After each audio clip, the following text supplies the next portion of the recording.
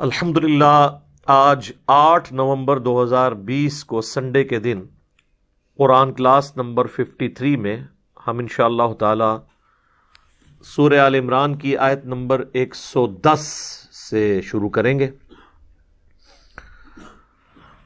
یہ بھی قرآن حکیم میں چند اہم ترین آیات میں سے ہے۔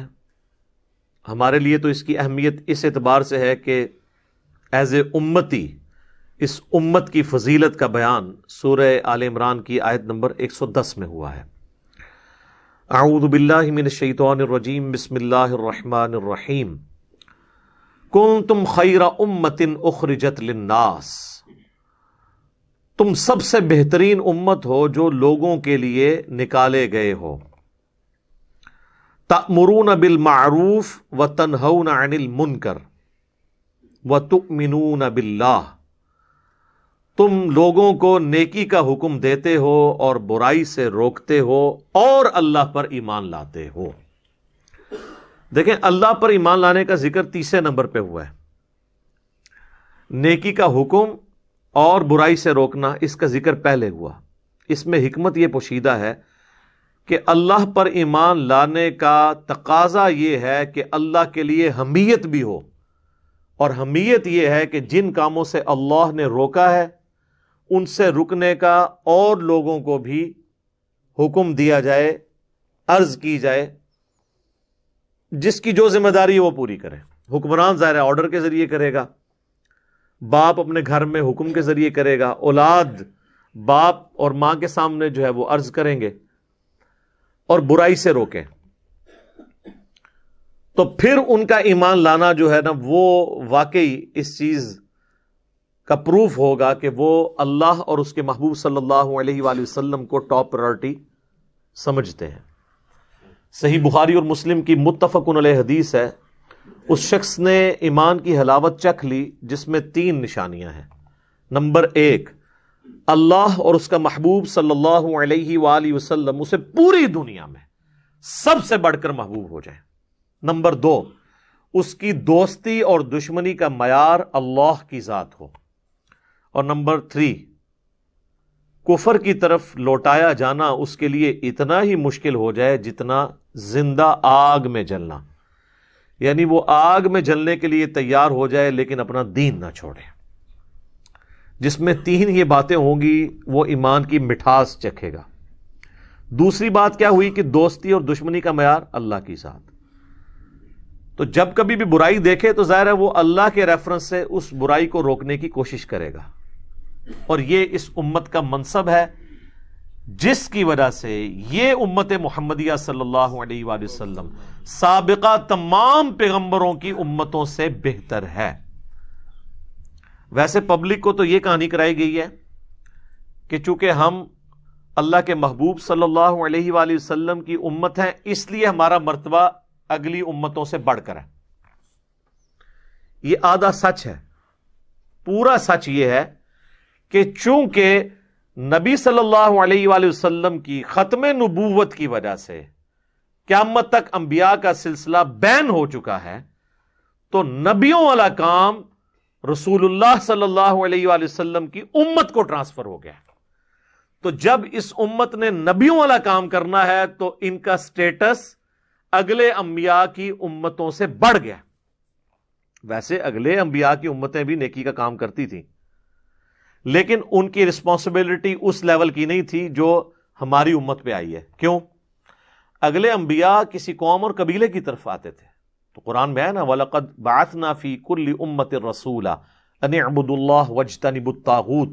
ہر امت میں ہم نے کوئی نہ کوئی رسول اٹھایا اس بنیادی دعوت کے ساتھ کہ عبادت کرو اللہ کی، اور اللہ کے مخالفت میں جو طاغوت کھڑے ہیں ان کی نفی کرو۔ وَإِن مِّنْ أُمَّةٍ إِلَّا خَلَا فِيهَا نَذِيرٌ، کوئی امت نہیں گزری، اللہ تعالیٰ فرماتا ہے، جس میں ہم نے کوئی نہ کوئی ڈر سنانے والا نہ بھیجا ہو، لیکن وہ اپنے قوم، قبیلے، علاقے کے لیے ہوتے تھے، پوری انسانیت کے لیے وہ پیغمبر نہیں ہوتے تھے۔ پوری انسانیت کے لیے اگر کوئی پیغمبر ہے تو ہمارے محبوب صلی اللہ علیہ وآلہ وسلم ہے۔ وَمَا أَرْسَلْنَاكَ إِلَّا كَافَّةً لِلنَّاسِ بَشِيرًا وَنَذِيرًا، اور ہم نے آپ کو نہیں بھیجا مگر پوری انسانیت کے لیے ڈر سنانے والا اور خوشخبری دینے والا۔ وما ارسلناک الا رحمتا للعالمین، نبی صلی اللہ علیہ وآلہ وسلم رحمت بنا کے بھیجے گئے ہیں سارے جہان والوں کے لیے۔ وما ہوا الا ذکر للعالمین، قرآن تو نہیں ہے نصیحت، اور یہ آیت رسول اللہ کی طرف بھی لوٹتی ہے کہ رسول اللہ تو نہیں ہے مگر نصیحت سارے جہان والوں کے لیے۔ تو چونکہ سارے کے لیے ہیں تو آپ تو ظاہر دنیا سے چلے گئے ہیں، ہم لوگ تو بعد میں آئے ہیں، ہم لوگوں تک بات پہنچانا امت کی ذمہ داری ہے، اور ہمارے بعد آنے والے لوگوں تک بات پہنچانا ہماری ذمہ داری ہے۔ اس حوالے سے میں نے بخاری اور مسلم کی کئی احادیث، حجۃ الوداع کا خطبہ نبی الاسلام کا، یوم النحر کا خطبہ پچھلی کلاس کے اندر کور کیا، میں آج اس کو ریپیٹ نہیں کروں گا۔ بہرحال یہ ایک بہت بڑا منصب ہے جس کی وجہ سے یہ امت اگلی امتوں پر بازی لے گئی کہ اس کو نبیوں والا کام ٹرانسفر ہوا ہے، اور وہ نبیوں والا کام اس وجہ سے ٹرانسفر ہوا کہ نبی علیہ السلام خاتم النبیین ہے، اس وجہ سے یہ امت افضل ہو گئی اگلی امتوں سے۔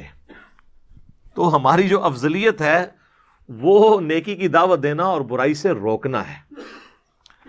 ہماری افضلیت اس لیے نہیں ہے کہ ہم کہیں کہ کچھ بھی ہے اللہ تیرے محبوب کی امت سے ہیں، ہم نے تو کوئی نہیں سیدھے راستے پہ آنا۔ نبی علیہ السلام کی نسبت، وہ نسبت جو ہے وہ اس کام کی وجہ سے یہ بڑی نسبت ہے کہ ہم نیکی کا حکم دیتے ہیں اور برائی سے روکتے ہیں۔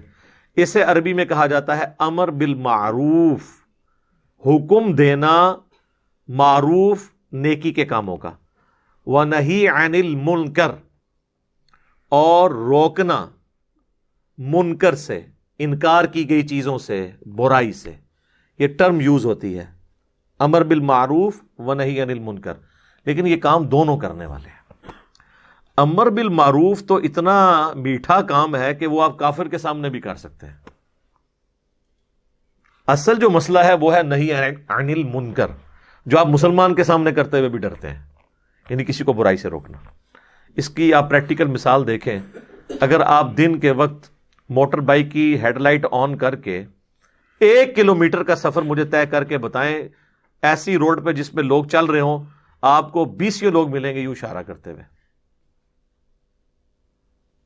حالانکہ ان کا کیا جا رہا ہے، وہ بیٹری کیا ہے یار، کچھ بھی نہیں ہونا اس کو، آج کل تو ویسے ہی LED لائٹ ہے، کیا ہو گیا؟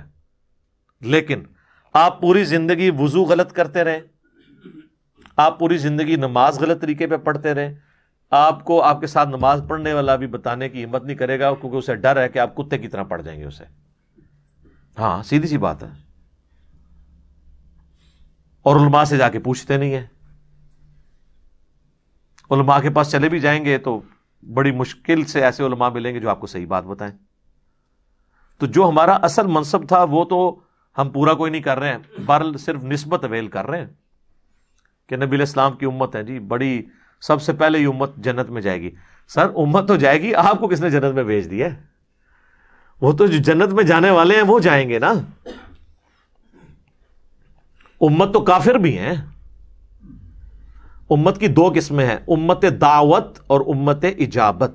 امت دعوت وہ ہے جن تک نبی علیہ السلام کا پیغام ابھی پہنچنا باقی ہے یا آپ نے پہنچانا ہے، جیوز، کرسچنز، ہندو، بدھسٹ۔ اور دوسری ہے امت اجابت، جس نے دعوت قبول کر لی، یعنی ہم جو مسلمان ہیں جنہوں نے نبی علیہ السلام کی دعوت کو قبول کیا، ہم امت اجابت ہیں اور وہ امت دعوت ہے۔ کافر بھی رسول اللہ کی امت میں شامل ہے، ان تک بھی بات پہنچانی ہے۔ تو امت تو وہ بھی ہیں، اور سر امت تو وہ بھی ہیں جو بخاری مسلم میں حدیث ہے، میری امت سے کچھ لوگ لائے جائیں گے میرے حوض کوثر کے اوپر، میں ان کو پہچانتا ہوں گا، اور مجھے بتایا جائے گا کہ آپ کی وفات کے بعد انہوں نے دین میں بدعتیں جاری کر دی تھی، دین سے الٹے قدم پھر گئے تھے۔ ایک حدیث بخاری مسلم میں حضور کے کلمہ گو اس زمانے میں جو اصحاب تھے قانوناً ان کے بارے میں ہے، اصحابی اصحابی، حضور کہیں گے میرے تو صحابہ ہیں، تو فرشتے کہیں گے آپ کے بعد یہ لوگ دین سے پھر گئے تھے۔ یعنی یہ وہ صحابہ نہیں ہیں جن کو ہم رضی اللہ عنہ کہتے ہیں، یہ وہ لوگ ہیں جو فتح مکہ پہ نبی علیہ السلام کے غلبے کی وجہ سے بس اسلام قبول کر لیا، بعد میں منکرین زکوٰۃ بن گئے، مسلمہ کذاب کے ساتھ مل گئے۔ انہی لوگوں کے خلاف سیدنا ابوبکر نے قتال کیا تھا، بخاری میں موجود ہے۔ اور بخاری مسلم میں امتی کی احادیث بھی ہیں، یعنی بعد والے لوگوں میں بھی ایسے لوگ ہوں گے جنہوں نے نبی علیہ السلام کا پیٹرن چھوڑ دیا ہوگا۔ تو جب نبی علیہ السلام کو بتایا جائے گا نا کہ انہوں نے تو کام ڈالا ہے آپ کے بعد، تو آپ کے دماغ میں تو یہ ہوگا کہ حضور کہیں گے کہ چلو میری نسبت نالی چھاڑ دے، کام پایا تھے کہ خیر ہے. تو لیکن بخاری مسلم میں الفاظ ہے سحقن سحقن لمن غیر بعدی، سحقن سحقن لمن بدل بعدی، ان کو مجھ سے دور کرو، ان پہ پھٹکار ہو جنہوں نے میرے بعد میرے دین کو بدل دیا. سر رسول اللہ کے لیے تو سب سے اوپر دین ہے، آپ نہیں ہیں. اور اس سے بڑی بات کروں، دین اتنی بڑی چیز ہے کہ اللہ نے اپنے پیغمبروں کو قتل ہوتے دیکھا ہے دین کی وجہ سے. اللہ نے اپنے پیغمبروں کو لہو لہان ہوتے دیکھا ہے دین کی وجہ سے. دین اللہ کو اتنا محبوب ہے کہ اس کے محبوب ترین بندوں کو تکلیفیں اس دین کی وجہ سے اٹھانی پڑی ہیں. آپ نے دین کو مذاق سمجھ لیا تو خیر ہے. دین کی وجہ سے انبیاء کو تکلیفیں اٹھانی پڑی ہیں. اللہ نے انبیاء کی تکلیفیں گوارا کر لی ہیں، دین پہ آنچ نہ آئے. اور ہم ہر کام کرنے کے لیے تیار ہو جاتے ہیں، دین جدھر مرضی جائے. یہ میں آپ کو فرق بتا رہا ہوں کتنا فرق ہے. تو امر بالمعروف و نہی عن المنکر یہ بہت بڑا منصب ہے. اب یہ آیت اس چیز کی متقاضی ہے کہ میں 1 گھنٹہ اسی پہ بولتا رہوں، کیونکہ آپ کی فضیلت میں ہے نا جی. ہمارے بھی تو فضائل آئے ہیں نا، لیکن وہ فضائل ویل کرنا بہت مشکل کام ہے. جو یہ کام کرے گا، اور جو یہ بھی سمجھ لیں، یہ کام اوبلیگیٹری ہے، آپشنل نہیں ہے. کر لیا تو ٹھیک، نہ کرے تو خیر، یہ نہیں ہے، بلکہ فرض ہے. قرآن میں جنت میں جانے کی 4 شرائط جو بیان ہوئی ہیں، ان میں سے پہلی شرط کیا ہے؟ الا الذین آمنوا. اللہ تعالیٰ نے فرمایا والعصر ان الانسان لفی خسر. قسم ہے زمانے کی، یا زمانہ اس بات پر گواہ ہے کہ پوری انسانیت ہی گھاٹے کا زمانہ دیکھ رہی ہے، وہ گھاٹے میں ہے، سوائے ان لوگوں کے جن میں 4 نشانیاں ہوں گی. زمانہ کیوں گواہ ہے؟ اس لیے کہ زمانہ تو شروع سے چل رہا ہے، زمانے کو تو موت نہیں آئی ہوئی.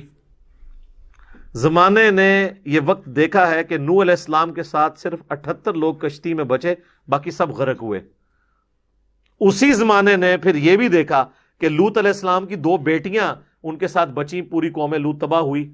اسی زمانے نے فرعونیوں کو ڈوبتے ہوئے دیکھا. اسی زمانے نے قوم صالح کی بربادی دیکھی. اسی زمانے نے قوم عاد کی تباہی دیکھی. یہ سورج تو وہی ہے، یہ دیکھتا آ رہا ہے. تو یہ زمانہ گواہ ہے کہ اوورآل زیادہ تر لوگ تباہ ہی ہوئے ہیں انسانیت میں، دنیا اور آخرت کے اعتبار سے. الا الذین آمنوا، ہاں چند ہیں ایمان والے. وعملوا الصالحات، جو کہ نیک عمل کیا کرتے تھے، یہ کریں گے. وتواصوا بالحق، اور لوگوں کو بھی وصیت کریں گے سچائی کی بات کی. کونے مان کے نہیں بیٹھ جائیں گے، سچائی کے لیے کھڑے ہوں گے، سچائی اور انصاف کے اوپر قائم ہوں گے. اولو العلم قائما بالقسط کے تحت، چاہے ان کو اپنے خلاف بھی گواہی دینی پڑے، اپنے رشتہ داروں کے خلاف گواہی دینی پڑے، وہ کھڑے ہو جائیں گے اللہ کے لیے، اللہ کے مجاہد بن کے، رسول اللہ کے سپاہی بن کے صلی اللہ علیہ وآلہ وسلم. وتواصوا بالحق، وصیت کریں گے حق بات کی، سچی بات بتائیں گے لوگوں کو، بالکل 2 ٹوک. وتواصوا بالصبر، اور پھر جب پھینٹی لگے گی تو صبر کریں گے. جی یہ ہو ہی نہیں سکتا کہ آپ حق بات کریں تو آگے آپ کی پھینٹی نہ لگے. اگر آپ کے سامنے ہزاروں کا مجمع اور سبحان اللہ کہہ رہا ہے تو آپ یہ بات سمجھ لیں کہ آپ شاید کوئی ایسی بات پیش کر رہے ہیں جو حضرت نوح علیہ السلام سے بھی بہتر فارم میں آپ نے کو پیش کر دی ہے. تو یہ تو پاسبل نہیں. تو یا آپ وہ بات کر رہے ہیں جو نوح علیہ السلام نے کی تھی تو ان کو تکلیف اٹھانی پڑی تھی، تو آپ کیسے وہ بات کریں اور وہ آپ کو تکلیف نہ اٹھانی پڑے؟ یہ تو ایک نیچرل چیز ہے. تو یہ ڈیٹم لیول پہ 4 شرائط ہیں کامیابی کی. الا الذین آمنوا وعملوا الصالحات وتواصوا بالحق وتواصوا بالصبر. اس کے بغیر تو چھٹکارا نہیں ہے. لہذا دعوت و تبلیغ کا کام کرنا یہ کوئی یہ نہیں ہے کہ کر لیا تو ثواب، نہ کرے تو گناہ. نہیں، یہ اسی طرح ضروری ہے جس طرح ایمان لانا. ہاں اس کا دائرہ کار ڈیفرنٹ ہوگا. ایک گھر کے اندر یہ ذمہ داری ہوگی باپ کی اپنی بیوی اور بچوں تک بات پہنچانا. ایک دفتر میں ذمہ داری ہوگی آفیسر کی کہ وہ اپنے انڈر لوگوں تک پازیٹیولی بات کو پہنچائے. بحث و مباحثہ نہیں کرنا، صرف بات پہنچانی. یہ بات ذہن میں رکھیے گا. بحث کرنے کی اجازت تو اللہ کے نبی کو بھی نہیں ہے. جن سے کوئی لائق ہو نہیں سکتا کہ وہ اگلے بندے کو دلائل پہ قائل کر لیں گے، ان کو بھی کہا گیا وَإِذَا خَاطَبَهُمُ الْجَاهِلُونَ قَالُوا سَلَامًا. ہاں یہ ذہن میں رکھنا ہے، صرف دعوت. وَمَا عَلَيْنَا إِلَّا الْبَلَاغُ. حتیٰ کہ حضور کا وہم بھی اللہ تعالیٰ نے نکال دیا یہ بات کہہ کے. اگر آپ کے دماغ میں بھی کوئی بات آتی تو اللہ تعالیٰ نے وہ بھی نکال دیا کہ اے نبی ہم آپ سے نہیں پوچھیں گے لوگ دوزخ میں کیوں گئے، آپ کا کام صرف بات پہنچانا ہے. یہ نہیں پوچھیں گے کہ آپ کو ایک ذمہ داری دیتی سی وہ باوجود ایڈے بڑے دوزخ چلے گئے نے کیا کیتا ہے تسی. نہیں، آپ کا کام صرف پہنچانا ہے. جس نے جانا ہے جہنم میں جائے، آپ کا کام صرف پہنچانا ہے. حتیٰ کہ اس سے بھی بڑھ کے قرآن میں کئی جگہ یہ مضمون آیا ہے فَلَعَلَّكَ بَاخِعٌ نَفْسَكَ عَلَىٰ آثَارِهِمْ إِن لَّمْ يُؤْمِنُوا بِهَٰذَا الْحَدِيثِ أَسَفًا. تو اپنی جان کو ہلاک کر لے گا اے نبی اس غم سے کہ لوگ قرآن پہ ایمان نہیں لا رہے. چھوڑو. اس سے بھی بڑھ کر اللہ تعالیٰ نے فرمایا سَيَذَّكَّرُ مَن يَخْشَىٰ. آپ نے نصیحت اس کو کرنی ہے جو واقعی ڈرتا ہے. وَيَتَجَنَّبُهَا الْأَشْقَىٰ. اور جو بدبختی پہ اترا ہوا ہے اس کو چھوڑ دیں. الَّذِي يَصْلَى النَّارَ الْكُبْرىٰ. اس کا علاج یہ کہ ہم اسے بڑی آگ پہ پیش کریں گے. ثُمَّ لَا يَمُوتُ فِيهَا وَلَا يَحْيَىٰ. پھر وہ اس آگ میں نہ زندوں میں ہوگا نہ مردوں میں. قد افلح من تزکا. بے شک کامیاب وہ ہوا جس نے اپنا تزکیہ کر لیا، اصلاح کر لی. وذکر اسم ربہ فصلی. اور اپنے رب کا نام لے کر نماز پڑھی. ہم اپنے رب کا نام لے کے نماز پڑھتے ہیں، اسی لیے 4 رکعتوں میں 22 دفعہ اللہ اکبر آتا ہے سٹارٹ سے لے کے ہر رکعت میں. ان ھذا لفی الصحف الاولی. یہی ایک کانٹے کی بات تھی جو اگلے صحیفوں میں تھی. بل تؤثرون الحیات الدنیا والآخرۃ خیر وابقی. بلکہ تم دنیا کی زندگی کو پرائورٹی دیتے ہو جبکہ آخرت باقی رہنے والی ہے اور بہتر بھی ہے. ان ھذا لفی الصحف الاولی. یہی ایک یونیورسل ٹروتھ تھا جو اگلے صحیفوں میں بھی تھا. صحف ابراہیم و موسیٰ. چاہے وہ ابراہیم کے صحیفے ہوں یا موسیٰ کے. اصل کانٹے کی بات یہ تھی کہ دنیا کی زندگی عارضی ہے. جب تک یہ دنیا کا کتا نہیں نکلے گا نا آپ کے دل سے، آپ کے دل کا کنواں پاک نہیں ہو سکتا. تو نصیحت صرف بات آپ نے پہنچانی ہے، منوانی نہیں. ہاں منوانا کس کا کام ہے؟ باپ کا. وہ تو ابو داؤد میں حدیث ہے 10 سال کا بچہ ہو جائے نماز پڑھاؤ، نماز نہ پڑھے مارو. لیکن لوگوں کے بچوں کو نہیں نماز کے لیے آپ نے مارنا. یا مسجد میں بیٹھ کے تو لوگوں کے جو بیچارے بچے آئے ہوئے ہیں مسجد میں ان کے اوپر آپ نے پوری اپنا وہ سوٹا لے کے مگر نہیں ہو جانا جس نے بابے جڑے ویلے بیٹھے ہوندے جا کے مصیبت بنے ہوندے نے. یہ نہیں، اپنے بچوں پہ اپنے سنتے نہیں، لوگوں کے بچوں ڈانٹتے نے جا کے. وہ زمانے گئے کہ جب محلے میں ہم نے تو وہ زمانہ دیکھا ہے تو ہم محلے میں ہر بزرگ سے ڈرتے تھے، اور اب وہ زمانہ ہے کہ لوگ اپنے ماں باپ سے نہیں ڈرتے. کتنا فرق آ چکا ہے. تو دعوت پہنچانی ہے آپ نے. ہاں جو بائی فورس ہے نا وہ جہاں جہاں آپ کا ہلکا اثر ہے. حکمران کا کام ہے بائی فورس کرے گا، اس کے پاس سلطہ ہے نا، طاقت ہے. آپ کا کام نہیں ہے کہ آپ ڈنڈے لے کے تو جا کے سینما توڑنا شروع کر دیں. نہیں، آپ برائی دیکھیں گے صرف دعوت دیں گے کہ بھئی یہ غلط ہو رہا ہے بس. باقی حکمران کا کام ہے زنا کے اڈے بند کروانا، جوئے کے اڈے بند کروانا. یہ آپ کا کام نہیں ہے، یہ حکمرانوں کا کام ہے. حکمرانوں کو ایجوکیٹ کریں گے، وہ کریں گے تو ٹھیک، نہیں کریں گے تو آپ نے جو ہے نا خود کچھ حملہ آور نہیں ان پہ بن جانا.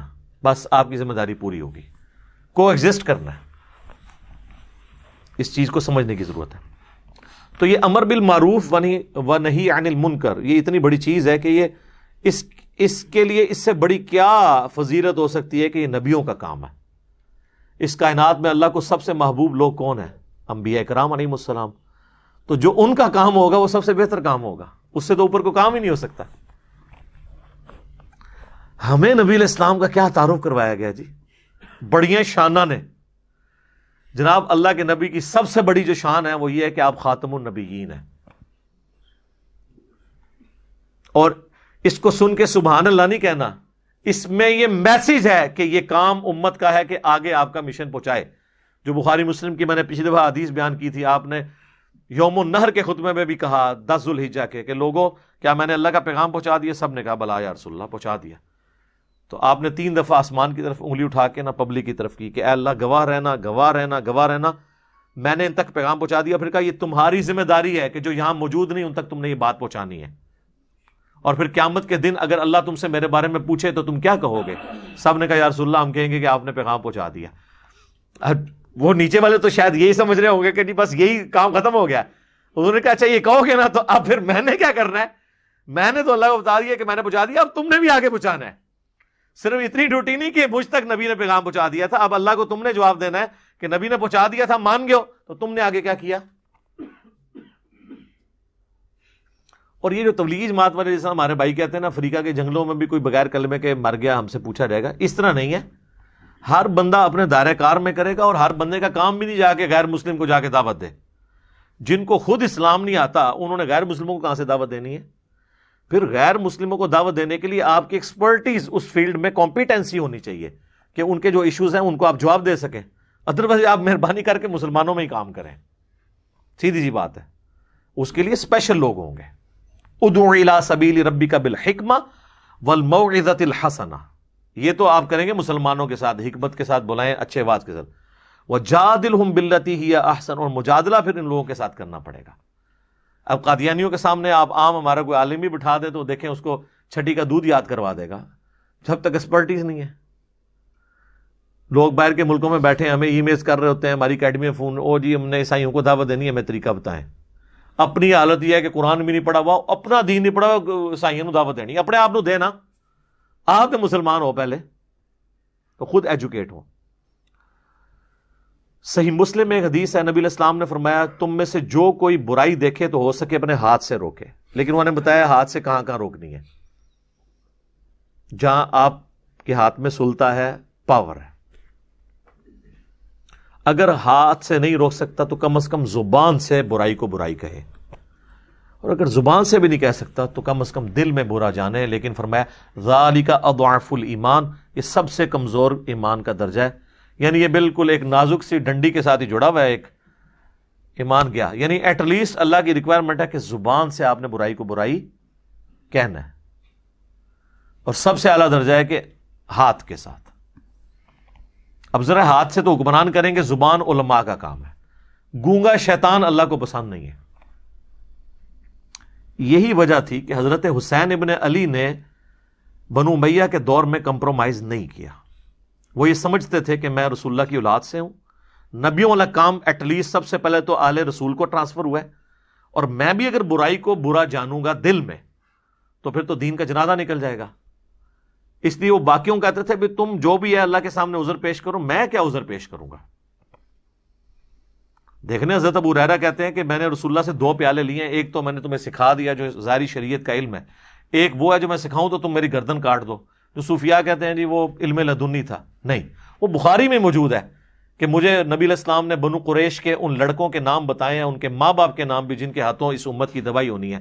اور وہی حکمران تھے, اگر وہ ان کے سامنے کہتے ہیں کہ تیرے ہی دس کے گئے سن اللہ نبی کے تو بیڑا غرق کرنا ہے امت دا, انہوں نے کہنا سی آؤ نا تو پہلے ذبح کریے. تو وہ برائی کو دل میں برا جانتے تھے. لیکن آل رسول کا منصب اعلیٰ تھا, ٹھیک ہے نا جی. وہ پھر حسین تو نہیں روزانہ مائیں پیدا کرتی, حسین تو پھر حسین ہے. اس کو سپورٹو میں ایک حدیث یہاں پہ کوٹ کروں گا, میرا ایک کلپ بھی اپلوڈ ہوا تھا. دا ڈفرنس بٹوین حسین ابن علی اینڈ عبداللہ ابن عمر. ابن علی اور ابن عمر کی نیچرز میں فرق. اس میں نے یہ حدیث بتائی تھی کہ صحیح مسلم میں ایک حدیث ہے, کربلا والے ریسرچ پیپر میں ڈلی ہوئی ہے. ابو رافع تابعی کہتے ہیں کہ میں نے عبداللہ بن عمر سے یہ حدیث بیان کی کہ نبی علیہ السلام نے فرمایا, اور انہوں نے کہا یہ میں نے حدیث عبداللہ ابن مسعود سے سنی تھی, آپ سے بھی سینئر صحابی سے, پہلے 10 مسلمانوں میں سے. اور نبی علیہ السلام نے یہ بات ارشاد فرمائی تھی کہ اللہ تعالیٰ نے جب کبھی بھی کسی نبی کو پیغمبر بنا کے مبعوث کیا تو کچھ اس کے ڈیڈیکیٹڈ صحابہ ہوتے ہیں جو اس کے ساتھ تن من دھن لگا دیتے ہیں, اور اس کی وجہ سے دین اٹھتا ہے. لیکن جب نبی فوت ہو جاتا ہے اور اس کے وہ ساتھی بھی فوت ہو جاتے ہیں قریبی, پھر ناخلف جانشین ان کی پوسٹ سنبھال لیتے ہیں, اور وہ اپنی زبان سے وہ کچھ کہتے ہیں جو کچھ کرتے نہیں ہیں, اور وہ کچھ کرتے ہیں جس کے کرنے کا حکم نہیں دیا گیا ہوتا, الٹا گیئر لگا ہوتا ہے. تو جو کوئی ان کے ساتھ ہاتھ کے ساتھ جنگ کرے وہ مؤمن ہے, جو زبان سے ان کے خلاف جنگ کرے وہ مؤمن ہے, جو دل میں ان کے ساتھ جنگ کرے وہ مؤمن ہے، اور اس کے بعد ایمان کوئی نہیں ہے۔ لیکن یہ دل والا بھی اس کے لیے ظاہر، اب عورتیں بچے تو دل میں ہی برا جانیں گے نا برے حکمرانوں کو، وہ بیچارے کیا کر سکتے ہیں۔ اب یہ حدیث بھی حضرت حسین ابن علی کے سامنے تھی کہ یار میرا منصب تو ہے، ایٹ لیسٹ میں زبان سے تو روکوں، تو ان کی تو خیر قتال تک بھی نوبت آ گئی۔ پھر آپ دیکھیں نا سورۃ المائدہ میں آتا ہے اللہ تعالیٰ نے بنی اسرائیل کو یہ چیز ٹونٹ کے طور پہ کی ہے، کیوں نہیں روکا ان کے علماء اور ان کے اللہ والوں نے ان کو حرام خوریوں سے اپنے حکمرانوں کو، یہ تو منصب ہے۔ اچھا یہ حدیث جب بیان کی نا تو عبداللہ بن عمر نے اس حدیث کا انکار کر دیا، کیونکہ وہ تھے ذرا درویش قسم کے، لڑائی جھگڑے کو اوائڈ کرنے والے۔ یزید کو جو آخری وصیتیں حضرت معاویہ رضی اللہ عنہ نے کی تھی نا، اس میں یہ بھی تھی کہ عبداللہ بن عمر کو اس کا مسلح اور لوٹا نہیں چھوڑے گا، اس سے تو بے فکر رہی، تیرے لیے مصیبت دو بندے بنیں گے، عبداللہ ابن زبیر اور حسین ابن علی۔ اور واقعی پولیٹیشین تو سمجھتا ہے نا جی کہ بھئی کیا کام کون ڈال سکتا ہے۔ تو عبداللہ بن عمر نے اس حدیث کا انکار کیا، تو کیونکہ وہ خود تو بالکل انکار اس لیے کر رہے تھے کہ وہ تو کہیں بھی لائے نہیں کر رہے تھے سوائے آخری درجے کے۔ تو ابو رافع بڑے یعنی ڈسہارٹ ہوئے، انہوں نے کہا میں ان کو کہوں گا تو یہ پھر میرے ساتھ ناراض ہوں گے۔ کہتے ہیں اللہ کا کرنا یہ ہوا کہ عبداللہ ابن مسعود جو ہے نا وہ مدینہ شریف تشریف لے آئے۔ تو مجھے ایک دن عبداللہ بن عمر نے کہا کہ بھئی عبداللہ ابن مسعود آئے ہیں تو ان کی زیارت کرتے ہیں، جا کے سینئر صحابی ہیں ہم ان کی صحبت کرتے ہیں۔ تو کہتے ہیں میں نے اپنے دماغ میں سوچ لیا کہ اب موقع ہے، یہ جائیں گے نا میں ادھر یہ حدیث بیان کروں گا۔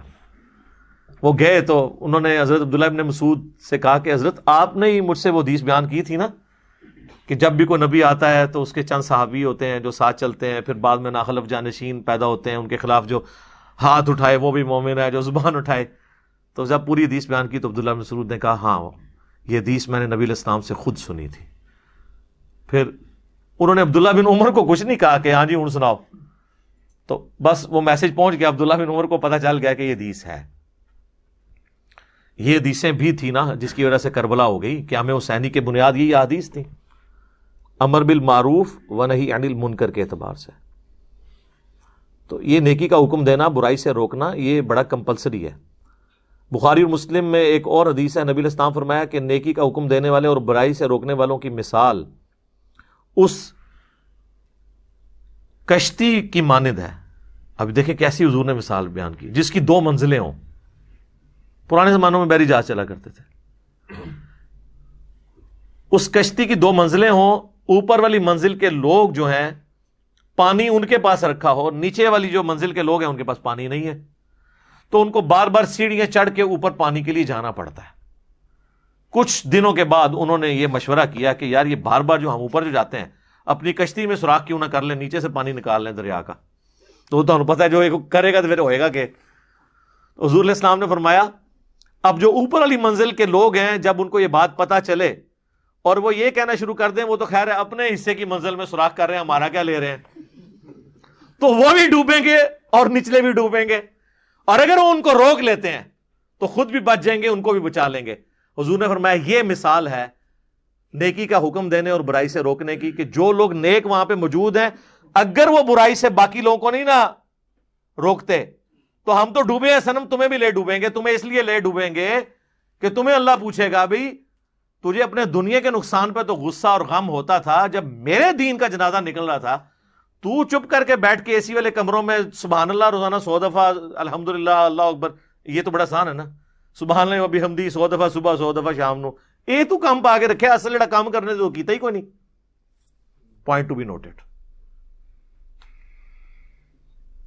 ایک اور حدیث ہے بخاری مسلم میں، نبی علیہ السلام فرمایا میں نے جہنم میں اپنے امتیوں میں سے بعض وائزین کو، وائزین یعنی علماء کرام کی اتنی عزت ہے، ان کو دیکھا کہ وہ اپنے پیٹ کی انتڑیوں کے گرد جہنم میں چکر کاٹ رہے ہیں جس طرح کہ کولو کا گدھا۔ عرب میں نا وہ آج بھی ہمارے انٹیریئر پنجاب کے اندر، اب تو بہت کم ہو گیا یہ چیز، بہت بیکورڈ ایریا میں ہوتا ہے کہ وہ بیل کو چلا کے نا تو گندم کے سٹے رکھ دیتے ہیں، وہ ان کے اوپر جب وہ پڑتا ہے ان کا پاؤں تو وہ ان کے دانے لادا ہوتے ہیں، تو گدھا بھی اس کام کے لیے استعمال ہوتا. تو اس طرح وہ جہنم میں چکر کاٹ رہے ہیں اور اہل جہنم ان کے گرد جمع ہو کے ان سے پوچھتے ہیں حضرت صاحب تسی بھی آپ تو ہمیں نیکی کا حکم دیتے تھے, تو چلو ہمارا تو سمجھ آتا ہے کہ ہم نے آپ کی باتوں پہ عمل نہیں کیا اور ہم بھی جہنم میں آپ کے ساتھ ہیں, آپ کیوں پہنچ گئے ہیں؟ تو کہیں گے کہ ہم بس کہتے ہی تھے آپ کو, کر دے ہو ہی جو تسی کرتے ہو. اسی لیے کہتے ہیں نا کہ او کام نہ کرو جو مولوی کردا ہے, او کام کرو جو مولوی کہندا ہے. کیا ہے وہ عموماً ٹھیک ہی ہوتے ہیں کہانیوں کو چھوڑ کے. اور بعض روایتوں میں یہ ہے کہ جو سننے والے ہیں وہ جنت میں پہنچ جائیں گے. وہ کہیں گے حضرت آپ کی ہم اتنی تقریریں سن کے جنت میں ہیں اور آپ خود جہنم میں ہیں. وہ کہیں گے وہ آپ نے تو عمل کر لیا, ہم نے عمل نہیں کیا. ٹھیک ہے, تو یہ اسلام جوڑوں کی اندر ہے. امر بالمعروف و نہی عن المنکر جوڑا ہے, نیکی کا حکم دینا برائی سے روکنا. علم اور عمل بھی جوڑا ہے. خالی علم نو چٹنا ہے اگر عمل نہیں کیا, اور خالی عمل کا کیا کرنا ہے اگر وہ علم کی بنیاد پہ نہیں ہے کہ جو طریقہ نبی علیہ السلام نے بتایا تھا اس کے بغیر آپ عمل کرتے رہے تو وہ عاملۃ ناصبہ, عمل کر کر کے تھک جائیں, جتنا مرضی ٹکرے مارتے رہے. بغیر وضو کے آپ نماز پڑھتے رہیں, نماز تو کوئی نہیں ہونی جب تک آپ کو طہارت کے مسائل نہیں پتا ہوں گے, نماز کا طریقہ نہیں پتا ہوگا. تو یہ پیرلل میں دونوں چیزیں کمپلسری کمپلیمنٹری جڑی ہوئی ہیں. تو امر بالمعروف و نہی عن المنکر اس اعتبار سے بہت ہی امپورٹنٹ ہے. ایک اور حدیث ہے بڑی زبردست جامعہ ترمذی کے اندر کہ سیدنا ابوبکر صدیق رضی اللہ تعالیٰ عنہ نے یہ آیت تلاوت کی, یا ایھا الذین آمنوا علیکم انفسکم لا یضرکم من ضل اذا اہتدیتم. اے ایمان والو تم اپنی جان کی فکر کرو, تمہیں کوئی نقصان نہیں پہنچا سکے گا جو خود گمراہی پر ہے, تم اپنا کام سیدھا رکھو. اور حضرت ابوبکر نے کہا کہ تم یہ آیت پڑھ کے یہ سمجھتے ہو کہ تم خود نیکی کا کام کرتے رہو, جو برائی کرتے ہیں ان کا وبال تم پہ نہیں پڑے گا. تو یہ مطلب نہ لینا اس آیت کا, کیونکہ میں نے خود رسول اللہ سے سنا تھا کہ اگر کہیں پہ لوگ موجود ہوں اور وہ برائی کو دیکھتے ہوں اور برائی کو روکنے کی کوشش نہ کریں تو عنقریب اللہ ان سب پہ عذاب بھیج دے گا, اور وہ دعا کریں گے ان کی دعائیں بھی قبول نہیں ہوں گی, یعنی نیکوں کو بھی رگڑا لگ جائے گا. پھر اس آیت کا کیا مطلب ہے؟ کیا ایمان والو تمہیں گمراہ کی گمراہی نقصان نہیں پہنچائے گی اگر تم ہدایت پہ ہو. مراد یہ ہے ہدایت پہ کون ہوگا؟ جو نبیوں کے طریقے پہ ہوگا. ہدایت پہ یہ ہے کہ آپ خود بھی سیدھے راستے پہ چل رہے ہیں اور لوگوں کو نیکی کا کہہ رہے ہیں, تو اب آپ ہیں ہدایت پہ. آپ کی دعوت کے باوجود کوئی برائی پہ چل رہا ہے نا, تو اب اس کا برائی پہ چلنا آپ کو نقصان نہیں پہنچائے گا. ہاں اگر آپ خود نیک عمل کر رہے ہیں, کسی کو روک نہیں رہے ہیں, تو اب اس کی برائی کا وبال بھی آپ پہ آ جائے گا. تو دیکھیں صحابہ کرام جو ہے نا وہ کس طرح حضرت ابوبکر نے خطبہ دے کے کہا کہ ایسا غلط مطلب نہیں جائے لے لینا کہ جی بس میں سیدھا ہوں, بس ٹھیک ہے باقی جان جدھر مرضی, میرا کہ لینا دینا. یہ اس صورت میں ہوگا جب آپ ان تک بھی بات پہنچا دیں اور پھر بھی وہ نہ مانے, پھر ٹھیک ہے آپ کو کوئی نقصان نہیں ہوگا ان کی وجہ سے, ورنہ رگڑا لگ جائے گا. خیر اس کے اوپر میں کئی ایک احادیث بیان کر سکتا ہوں. To cut the story short, یہ کامیابی کے لیے امر بالمعروف و نہی عن المنکر بھی ضروری ہے, اور یہی وہ خوبی ہے جو ہمیں نبی علیہ السلام کی وجہ سے ملی, ختم نبوت کی وجہ سے, اور وہ اس لیے کہ پوری کائنات کے لیے آپ کو پیغمبر بنا کے بھیجا گیا. ایک اور حدیث بھی ہے بخاری مسلم میں کہ مجھے اللہ نے 5 خصوصیات ایسی دی ہیں جو کسی پیغمبر کو نہیں دی. اس میں سے پہلی خصوصیت یہ ہے کہ پوری زمین میرے لیے سجدہ گاہ ہے, میرے امتی جہاں چاہیں نماز ادا کریں. پہلے ہوتا تھا صرف مسجد میں نماز پڑھنی ہے, مسجد کے علاوہ اگر آپ کہیں اور ہیں تو ساری نمازیں جمع کر کے اکٹھی گھر آ کے واپس مسجد میں پڑھتے تھے. دوسرا, مجھے پوری انسانیت کے لیے پیغمبر بنا کے بھیجا گیا. تیسرا, 1 مہینے کی مسافت سے میرا روب کافروں پہ ڈال دیا. چوتھا, مال غنیمت میرے لیے حلال کر دیا گیا. پہلے مال غنیمت حلال نہیں ہوتا تھا. اور 5واں, نبوت کا سلسلہ مجھ پہ ختم کیا گیا. جناب نبوت کا سلسلہ ختم ہونا یہ ہے وہ ٹائٹل, اور پوری انسانیت کے پیغمبر بنا کے بھیجنا یہ ہے وہ ٹائٹل جس کی وجہ سے ہماری بھی فضیلت ہے کہ ہم اس پہ عمل کریں گے. خالی کھلی نعرے لگانے سے کچھ نہیں ہونا. اب دیکھ لیں آلموسٹ میں نے 40 منٹ اس ایک آیت پہ لگائے ہیں, اس لیے کہ اس آیت کا خالی یہ ترجمہ کر کے گزر جانا کہ تم بہترین امت ہو, تو یہ تو سارے مفسرین اس طرح ہی گزر جاتے ہیں. جب تک آپ کو اس کا سمجھ نہیں آئے گی کہ یہ بات کیا ہو رہی ہے اس وقت تک فائدہ نہیں ہے. وَلَوْ آمَنَ أَهْلُ الْكِتَابِ لَكَانَ خَيْرًا لَهُمْ، اگر اہل کتاب بھی ایمان لے آتے تو ان کے لیے اچھا ہوتا. پہلے بھی کتنا سورہ بقرہ میں ذکر آیا کہ اہل کتاب کو تو پتا تھا یہی وہ پیغمبر ہیں جن کی پیش گوئی ہماری کتابوں میں ہے، تو اللہ تعالیٰ ماتا ہے تمہاری خیریت اس میں ہی تھی دنیا اور آخرت کی، تم ایمان لے آتے. لیکن اب تمہاری قسمت میں پٹائی لکھی ہے، تو دنیا میں بھی آپ دیکھ لیں قاسیہ اور یرموک میں ذلیل ہوئے اور آخرت کی بھی ذلت باقی ہے. منہم المؤمنون واکثرہم الفاسقون، ان میں سے مومن بھی ہیں لیکن اکثر فاسق ہی ہیں.